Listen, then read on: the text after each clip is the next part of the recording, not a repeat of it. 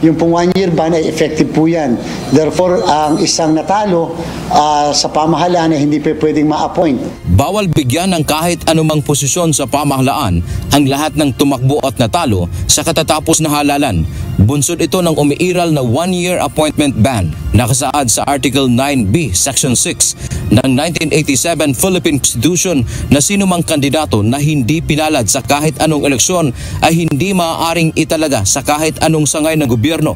Kasama rito ang mga government-owned or controlled corporations o GOCC at subsidiaries nito. Kailangan muna nilang maghintay ng 1 taon bago sila tumanggap o maitalaga sa pwesto. And therefore, kinakailangan hintayin nila yung 1 year. Samantala, ang mga nanalo sa eleksyon ay maaaring maitalaga halimbawa bilang kalihim ng isang departamento.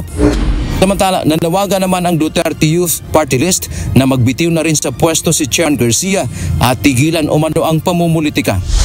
Sagot naman ni Chairman Garcia, naiintindihan niya ang naramdaman ng grupo matapos na hindi sila naiproklama dahil sa nakabinbin nilang kaso sa komisyon.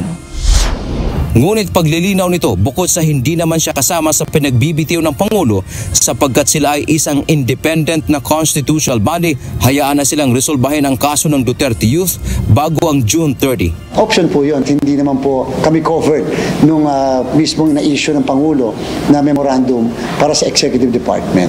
Dante Amento, UNTV, News and Rescue. Diyos ang aming sandigan, serbisyo publiko, ang aming pinahahalagahan.